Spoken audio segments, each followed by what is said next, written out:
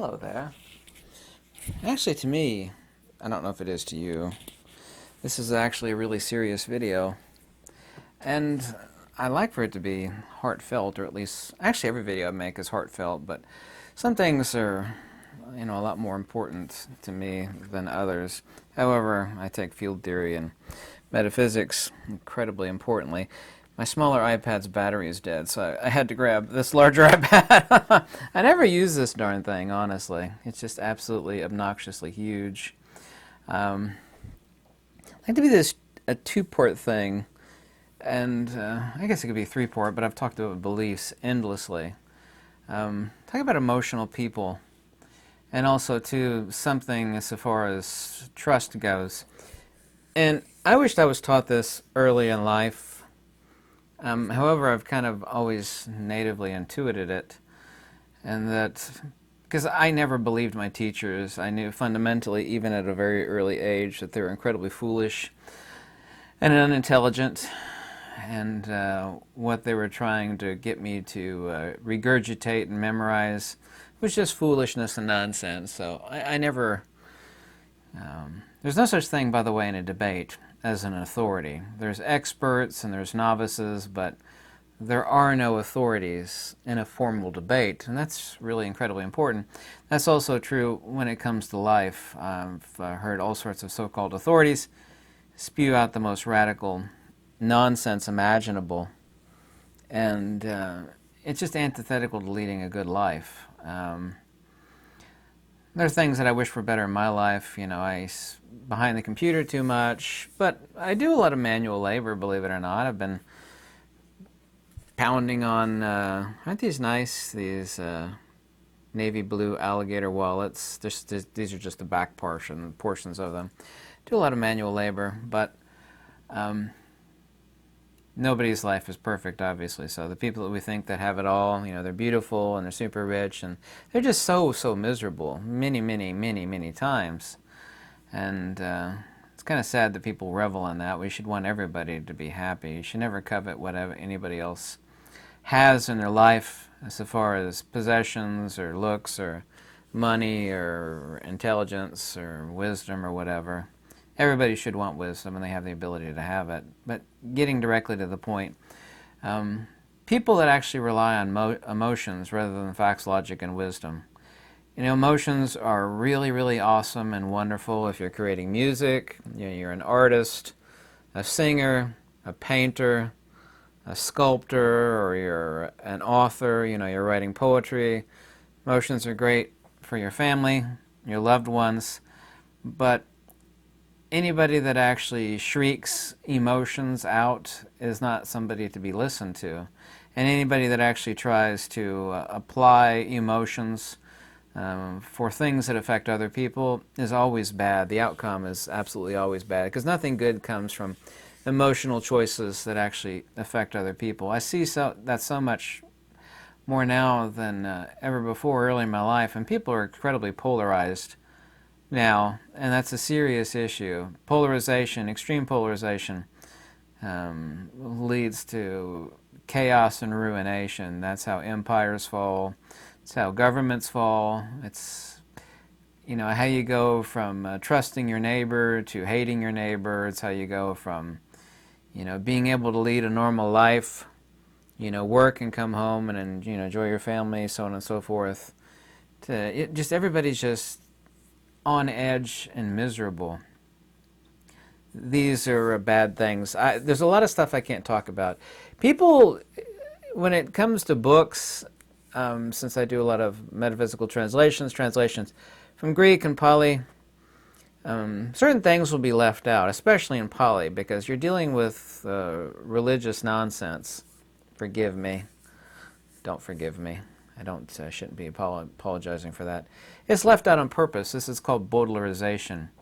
Baudelarization refers to, I forget which, is reference to Shakespearean works where, the heavy stuff regarding intimacy and certain words were removed from the works of Shakespeare, such that puritanical minds and people of superficial morality wouldn't be forced to read it. We're actually taking out the essence of what something is, like removing it out of Shakespeare. And this is occurring a whole lot today. We've got McCarthyism and people that are trying to censor other people, and this is bad. Now, last year, about February last year, I think it was in late January, I was just sick as a dog. I had the coof, okay?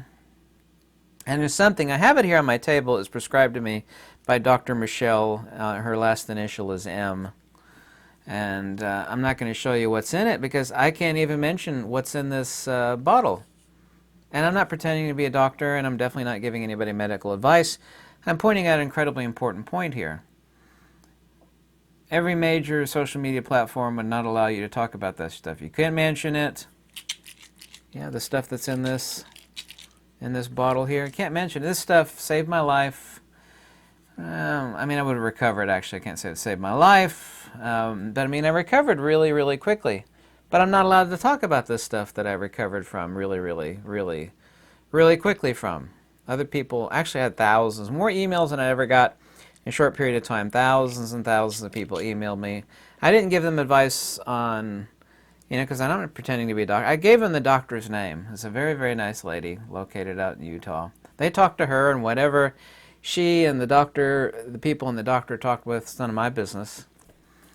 But don't you find it strange? I mean, I find it sickening and horrific that people don't take note of how incredibly important something is when someone, entities, institutions, so on and so forth, are so antithetical to you talking about something. Like, how dare you talk about what's in this bottle? I mean, literally, that's how the world's been for the past couple of years. Can't talk about it, And I know about giving medical advice and stuff like that, but that is incredibly important. Here, this is also too important to me because two friends of mine, one's name is Mark, I don't want to give his last name. The other name is Steve Skolsky. He's based out of New Jersey. Okay? Now, he didn't actually die from the coof. The hospital killed him, Steve Skolsky, my friend, and they also, too, killed my buddy Mark. It's another thing. It's not in a bottle. At least I don't think it's not in a bottle. It's in a drip. But the hospitals actually killed these people. It's like, well, that's your opinion. You don't know that. You're not a doctor. I'm telling you flat out, I don't care if you believe me or not. Do not care. I'm not going to mention the name of the stuff, which starts with an R. The hospital killed my two friends. My friend Steve Skolsky, which he always come in live stream. Great guy, based out of Edison, New Jersey. Really wonderful person. He thought I was a hoot, and he loved my book on Fujifilm that I wrote, and got along great, talked all the time. He'd ask me tech support questions on things that I knew that he didn't know. Great guy, and the hospital killed him. That's not my opinion or feeling or belief. The hospital did him in. Both of my friends, Mark and Steve, were done in by the hospital. There's a brand new super mega hospital, Central Baptist, that's being built out near, behind me a few miles. They're like 40% done building it. These places, a hospital used to be about helping people. They're not. They're places for getting people addicted to substances, for, if you got a syndrome or a side effect of something, they'll give you another pill to take care of that. The point that I'm actually getting to is that everybody's lying to you. I mean, if you really needed a life lesson, because human beings, we are completely defective in that we love innocence. Kind of like, a dumb little baby, which are very cute. I admire cute little babies. I'm always like, oh my God, that little baby's so cute. And it sits there, gaga goo goo, pooping his diaper. It'll put his little hand, unfortunately, on a hot stove if you would let it. There's no distinction in metaphysics between ignorance and innocence. Yes? We admire innocence, i.e. ignorance, in a little child, but we don't admire it in an older person. It's like, you're a fool. You're just so foolish. But people don't generally like street smart. Well, you're just a smart aleck. People talk about people that street smarts. You know, usually they can be seedy. They're just really jaded. I mean, I'll admit that I'm jaded, but street smart people are very, very jaded. They've kind of seen it all. They've been through it all. We don't admire people like that. Most of us don't. We don't admire the bad things that they do, but these are the people that can see every trick and scam. They see through people. I see through people like they're transparent to me. I'm not saying you need to be jaded, but you need to understand that everybody's lying to you. Blind trust is like one of the most dangerous things imaginable. You should not trust anybody. Everybody has an agenda. I've actually much of my life have delighted when I like see a commercial or something, not that I'm, a serious TV watcher at all, not. Or when someone says something, I'll read something, I'm always trying to see through it. I'm really, really, really, really good at it. I can see even the stuff that other people don't see. Oh, so-and-so made a big donation to charity. It's like, yeah, what they didn't tell you is that's a tax write-off. It's not they were actually generous, to this charity. It's like when you donate to that charity, you can write it off on your taxes, and you're allowed, depending on the corporation, and whether you're an LLC, how much money per year you could write off on your taxes from charitable donations. Everybody admires that. It's like, well, that's nice. They did the charitable donation, but they didn't do it actually out of the center of their heart. They did it because it was a tax write-off.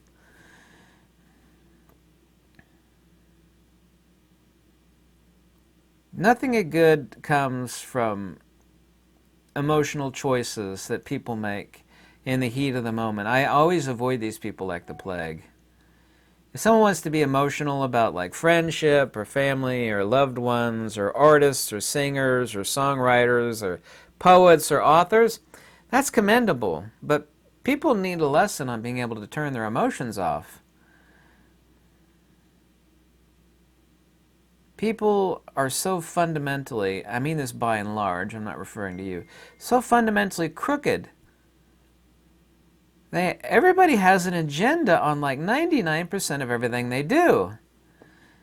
And this is extremely unfortunate. It's called polarization in life. Everybody is wrapped up in their own belief systems too. They think they are their beliefs, which I've talked about endlessly. You are not your beliefs. But everybody has an agenda. I'm basically a wage slave like most of you. I'm trying to get out of that. I know it's various avenues of getting out of that. I mean, my house and car is paid for, but, if it were up to me, I'd, retire to the countryside. Not that I'd ever be able to retire, but even if I did, I'd still have property taxes and gas fees and car tag. People say, you don't own the land because you have to pay property taxes. Well, I do understand their logic of saying that, but the same applies to your car. Unless you pay for the car tag every year on your car, which is basically property taxes for your car, you're technically not supposed to drive it. It's like, sir, you can't drive that vehicle, your tag is expired. It's basically property taxes for your vehicle. So, but I'm someone that analyzes stuff. I usually overanalyze it, but I'm really, really analytical and not emotional at all.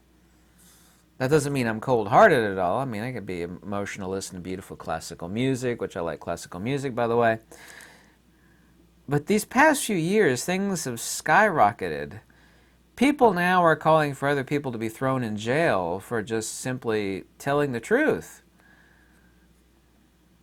I'm pretty sure that many, many, many countless hundreds of thousands of people died for the freedoms of the First Amendment, and especially the one after the first, which is actually the most important.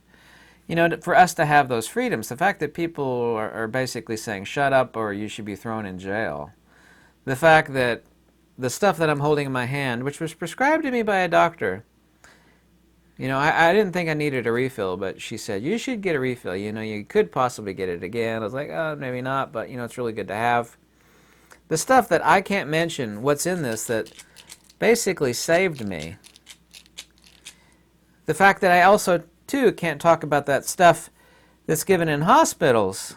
I didn't say the hospital killed my two friends, Steve and Mark. They were actually murdered. The hospital did them in. And that's, do you know that? You're not a doctor. I know some pea-brain out there is thinking that right now. No, the hospital did do them in. Period. Flat out, bar none. No ifs, ands, or buts.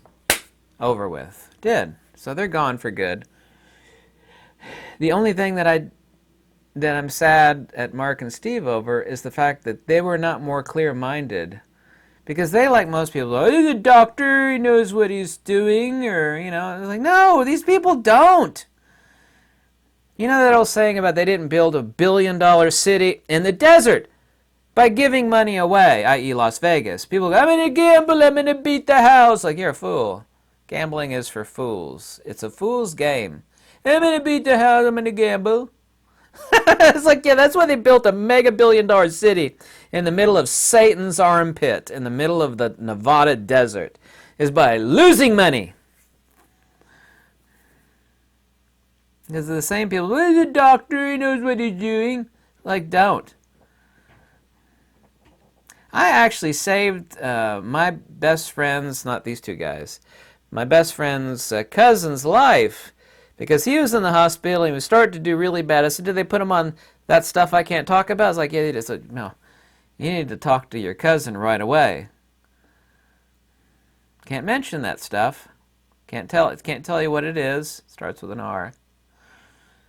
Sure enough, he was doing really, really bad. His cousin, of his own free will and volition, from hearing, you know, from my lips to my friend, and from my friend to his cousin. Get him off that. Oh, all of a sudden he started to recover. Oh my God. What a coincidence. You know, I've actually had this conversation like 10 times. People say, oh my God, so-and-so's doing really bad. He went to the hospital. He's on a ventilator. I said, did they put him on? Bleep. Can't mention it. Did they? Yeah, how did you know that? I was like, oh, that's the reason why they are. Yeah, the doctor. How do you know that? Okay. I don't care what anybody thinks about me, but I actually care about the welfare of other people. Even if I hate them, you know, even if somebody like, I didn't know that person, I despise them. There's only a few people like that I despise. They're just like genuinely evil. Wish I never met them. It's like genuine. I'd still want to help them. Haven't got a wicked bone in my body. I'm not out to conquer the world or rule it or tell it what to do. I could care less. Like, you know, I love being helpful. I love it. What's the one thing I love right after wisdom? Love helping people. I love it.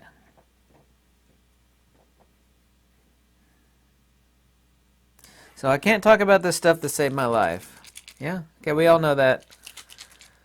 But don't you find it peculiar that I'm not allowed to talk about this stuff? Don't you find that peculiar? It's like, well, this stuff saved me. Can't talk about it. Well, that's like something out of, not Orson Welles, who's the guy that wrote the book. It's not Orwellian. It's the other book. I never read that in high school, by the way. Talk about corrupt and deranged future. And it's right in the back of my head. Someone will tell me. I forget. I'll edit this out of the video. You know the book I'm talking about?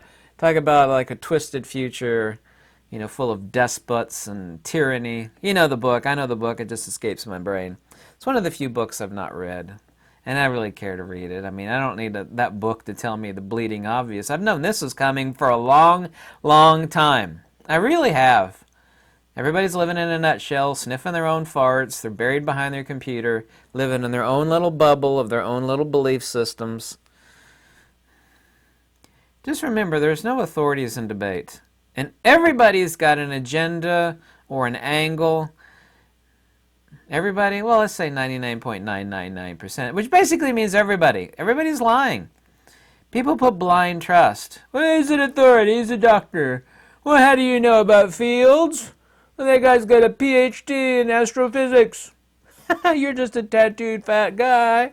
You don't know nothing about that. It's like, yes, I do, actually. You don't have to have a degree to have common sense and wisdom. It's like, you know, that doesn't smell right. You know, I'm not a doctor, but I can see through this charade. So, I miss my friend Mark and Steve. They were done in by the hospital. That's not my opinion. It's a fact. They were done in by the hospital. Learn to, if you can, to do two things in life, and it will make you better. People say in the stock market, too, not that I play the stock market, the best experts in the stock market say the most important thing to do, or many important things, stock market, is to separate out, don't get emotional about the stocks you invest in. Separate out emotions from facts and logic. You should do that in basically every aspect of life. Save emotions for emotions are due, and don't apply emotions to the rest of your life. Don't do it. Don't be a slave to your belief systems, because you are not your beliefs. And to be sure, at least half your beliefs, if not more, are nonsense, poppycock, twaddle, illogical, unintelligent, incorrect. Everybody suffers from that. I am my beliefs. And people get emotional and they're their beliefs. These are just the worst type of people. I don't care if they're doctors or PhD or what they are. If they run off of emotions and beliefs, I have a PhD hanging on the wall. I'm an authority on this. You're not an authority. Where's your PhD? My book has been peer-reviewed. So what? You've had peer-reviewed nonsense. You know what peer review is? It's a bunch of dogs sniffing each other's dirty little sphincter. I've seen that actually before in some, I think it was on Instagram or something. It was kind of funny. Like one dog comes up, he's sniffing the other dog's a dirty donut, and that dog is sniffing another dog's dirty donut. It's what peer review is. Will you agree with my nonsense? I have agreed with your nonsense my entire life, Mr. Professor. Well, yes, since you agree with my nonsense, I will agree with your nonsense and put my stamp of approval on it. That's how people get postdoctoral work published, and that's how they get PhDs and doctorates.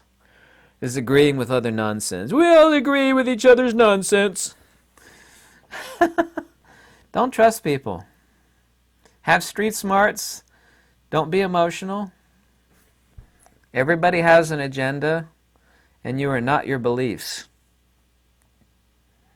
Innocence, well, it is cute in a little child. Isn't that cute? Ah. Innocence is no different than ignorance, and it is not cute. It is in a little child. Oh, isn't that cute? But not in anybody else. Ignorance is not a commendable thing. This is really like the most important life lesson. I wish someone actually had drilled this into me when I was super, super young. I figured it out for myself super, super young, actually. Other people never get this lesson, and boy, do they need it.